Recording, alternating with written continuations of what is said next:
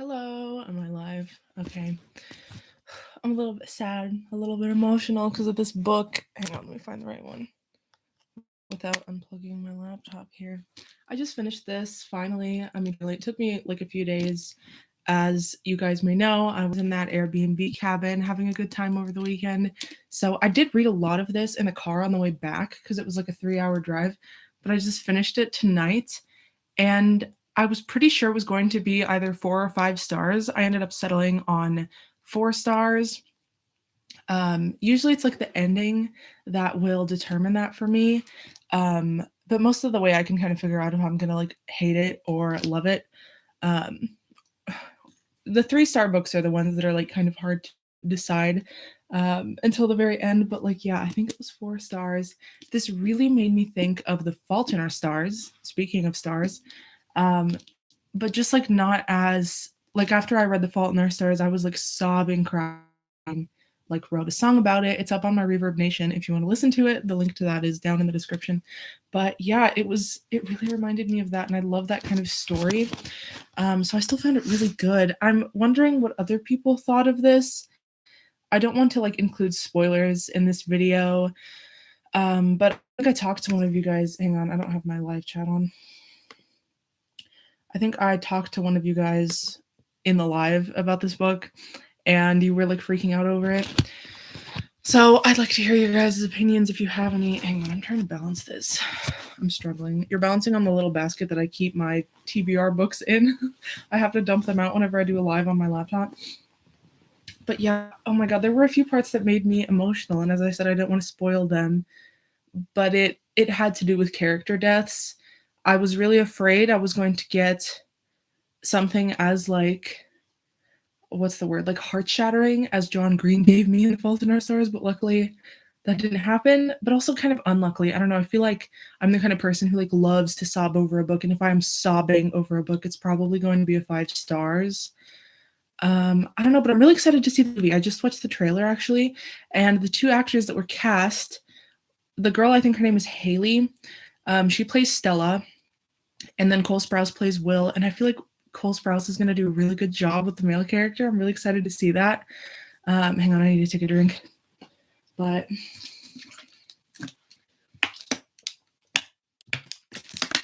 yeah, I'm probably going to watch that tomorrow if I have time. I feel like I'm going to cry during the movie. Something about the like soundtrack and seeing the things, I don't know, it might hit me a little harder with this story in particular.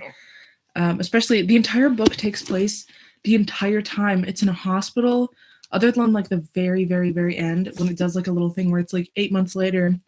That's the only time, other than like one little trip outside of it, it like mostly just takes place inside a hospital. And I think visually really seeing that is something that might affect me more.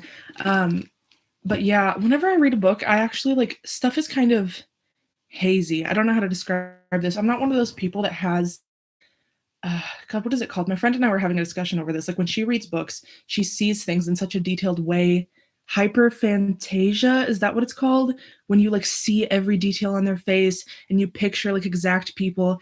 I can't really do that. Like I see almost like auras of people, or if the author hasn't yet described the character, it's like fuzzy. But I also dream that way. Like even people that I see in my everyday life who appear in my dreams, like my mom or my boyfriend or whatever, it's like fuzzy. I do dream in color. I know that for a fact because I've like remembered colored details in my dreams. I know some people dream in black and white. That's so fascinating to me. But the way I dream blends over into the way I see things in books. So yeah, I was wondering how you guys see stuff like that too, because that's super interesting to me. I wouldn't say that it's like so bad that I can't picture things, but like until I have a very concrete description, I'm not really building a picture in my mind. So yeah, there's that. I just love to hear your guys' thoughts on this book, this movie, all of that. I feel like it's going to be a really accurate portrayal. There's been so many movies that were based on books that have disappointed me through the years. I've talked about My Sister's Keeper, for example. That kind of pissed me off low-key. I don't like that Edward from Twilight is not a ginger, but at this point, it's like the franchise, like the movie is such a big part of that franchise that like Edward being a redhead would feel incorrect in the movies, even though in the books he's a freaking ginger. So yeah, and then I won a giveaway through my library.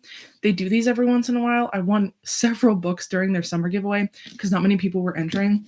And this winter, a lot of people were freaking entering their Christmas giveaway. It was like for the first half of December.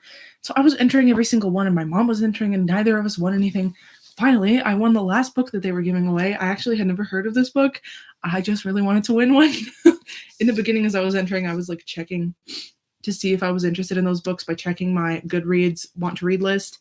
But after a certain point, I was like, I just want one so bad that like I don't even care. I'll figure it out, or I'll give it away to someone or whatever. I'm so pissed off. There's this little Target sticker on it. I might try peeling that off, but I'm kind of scared because I don't want it to leave something nasty on there. This book is called The Four Winds. It's a standalone, thank God. Usually the library is pretty good about giving you the entire series, though, if they're doing a giveaway of books that are not standalones. I love my library. Oh my God, if you don't have a library card, go get one right now. This is your sign. So it's just a bunch of reviews on the back. Hold on. It's set during the 1921. So it's like just before... Oh, so it's 1934. I guess it does a time jump, maybe. It's kind of like Great Depression, maybe like historical fiction. I really do like historical fiction, but usually when it has like some kind of romance in it, call me basic. But yeah, I'm curious. I'll read the little synopsis to you. Let me know if you've read this and if you like it. Again, it's The Four Winds by Kristen Hanna. I like this cover. The flowing wheat makes me think of my home state, good old Oklahoma, the land of tornadoes. I hope all of you guys are fine, by the way, if you're in that area that got hit really bad, like over 100 people dead. Holy shit. In those warehouses. Oh my God. Yeah, I hope you all are okay. Let me know if you live in that area. I don't think well, no, I know one person who lives in Ohio, I think. But yeah, back to the book synopsis. My land tells its story if you listen, the story of our family. Texas, 1921, a time of abundance. The Great War is over, the bounty of the land is plentiful, and America is on the brink of a new and optimistic era. But for Elsa Walcott, deemed too old to marry in a time when marriage was a woman's only option, the future seems bleak. Until the night she meets Rafe Martinelli and decides to change the direction of her life. With her reputation in ruins, there is only one respectable choice: marriage to a man she barely knows. By 1934, the world has changed. Millions are out of work, and a drought has devastated the Great Plains. Farmers are fighting to keep their land and their livelihoods as crops fail and water dries up and the earth cracks open. Dust storms roll relentlessly across the plains. Everything on the Martinelli farm is dying, including Elsa's tenuous marriage. Each day is a desperate battle against nature and a fight to keep her children alive.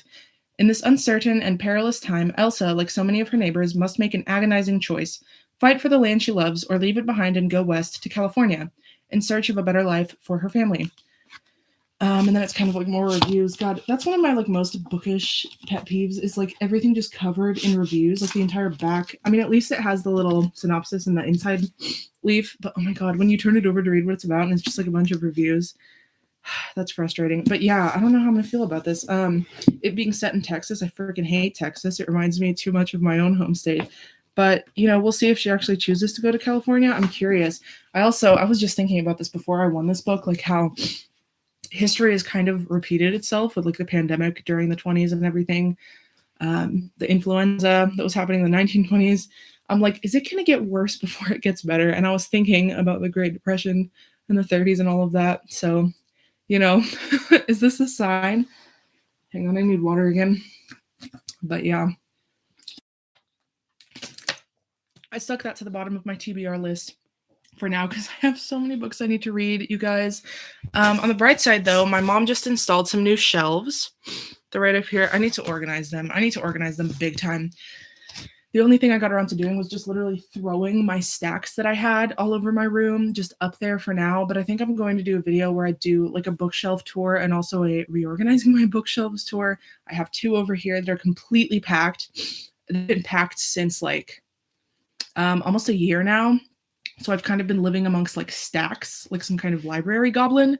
So that's real cute. I'm glad I can stop doing that. But those are almost full now at this point too. So it's like, I don't know. I need like a really smart way of storing my books. I want floor to ceiling shelves. Like that's the end goal here. But I'd have to like really reorganize this place.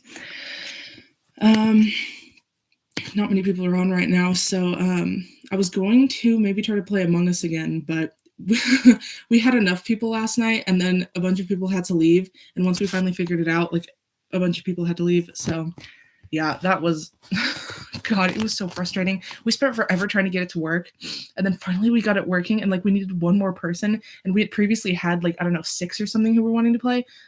It was so frustrating. Okay, other than that, I'm doing a video. My next video is going to be tips on Veganuary, because one of my most popular videos is my 30-day vegan challenge. All my most popular videos, like, I don't understand why they were the most popular. I mean, other than like my Taylor Swift stuff, because that's kind of like my main niche. But a lot of people, like I've had like 100, probably more than 100 at this point, subscribers come from that 30-day vegan challenge video. I want to do something else relevant. I know in a live stream a couple days ago, some of you were asking me questions about how I've done it for this long. So if anybody has any questions about that, feel free to type them in the chat, or if you're watching this back, just leave it in a comment. But yeah, I'm gonna start writing that video tonight. I have to film it tomorrow, so I better figure this out quickly. Let me know as soon as you can if you have any questions. But if you don't know what Veganuary is, it's like, I mean, everybody always tries to do like healthy New Year's resolution things starting in January. So there's this thing called Veganuary where it's like the 30-day plant-based challenge, essentially. But it's like people like to do it in January as like a kickoff to a healthy year or whatever. And I've now been plant-based since June 2020, which is the same amount of time as Lizzo, and that makes me so ridiculously like excited over that. So yeah, I just wanted to kind of give my tips now that I have like nearly, what has it been, like a year and a half now of experience. I have some ideas floating around in my head, like before you go cold turkey for an entire 30 days, you should be trying vegan alternatives and things like that to find what you like. I don't know. We'll kind of see what comes to me. I don't want to make it go too long, but yeah, I think people really don't know where to start a lot of times. So yeah, that's something I want to chat about. Also, my mom and I got a gym membership today. We're going back to the gym that we used to go to all the time, like when I was in high school-ish. I've been doing cardio kind of off and on for a while, since like I was like 14 or 15. So I know how to do cardio, but I've never done anything like lifting, weightlifting, any of that. And I'm really curious. I want to maybe try doing that, but I have no idea what I'm doing. Like not even a little. The most I've ever done on that front is like lunges and squats. So I think I need to watch some videos and stuff. Also, it's really nice to see people who are like around my age, also women who are on like vegan or plant-based diets, because then I feel like it's stuff that's very manageable for me and might also work for me. I watched Nicole Raffi has a video that she recently posted that was like weightlifting while on a plant-based diet or something like that. But yeah, that's something else I'm going to try out. That's all the stuff I wrote down. Nobody's chatting right now. It's so weird because like sometimes most of the time I come on in the middle of the night and I don't expect people to be on. Will be on and I can't even keep up with the chats. And one time I did a live at like 7 p.m. And nobody freaking showed up. It was so weird. But in the middle of the night, it's always usually like bumping in here. Hang on. I'm going to message Luke and see what he's doing. I know he has a weird schedule. Hang on.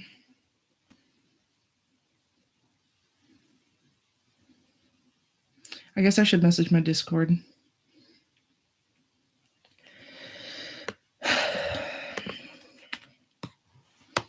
Oh, I can't get over this book. This is the most beautiful freaking cover. Oh my god.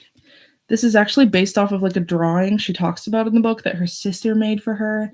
And it's like, the book is about 2 people with cystic fibrosis, and the girl has it obviously, and it's a disease that affects your lungs. It causes like lots of mucus to build up. You're very susceptible to any kind of viruses, bacteria, illness, things like that. And so her sister like really wanted her to get well and have like healthy lungs because she's on the transplant list. And so she drew her this picture of like blooming lungs, and I just think, oh my god, it's so pretty. I'm actually kind of mad about the like movie adapted cover. It's like, I mean, it's kind of cute. It's like them sitting across from each other, like 5 feet apart, because they have to maintain that distance since they both have CF. But like this lung drawing is so pretty. And the fact that they're in there, like you see little silhouettes of them, like 5 feet apart. It has a little 5 in between. I just think this cover, like, why would you change it? This is all we need. But I think the only 2 editions are the movie adapted one and this one. So at least there's not like 20 different. I'm glad I got this one though from the library. These are all I have so many library books. If I bought every single book that I read in a year, I would be so beyond broke. And this would be like the least of my problems. Like I would just have stacks everywhere. I'd be sleeping with stacks of books. I'm running out of breath. But also reading this book made me so grateful to have like functioning lungs. Like I've never had any issues. Or even just in times of COVID, honestly. Like sometimes I just take a second to like take a breath and like think about how many people are like hooked up to ventilators right now.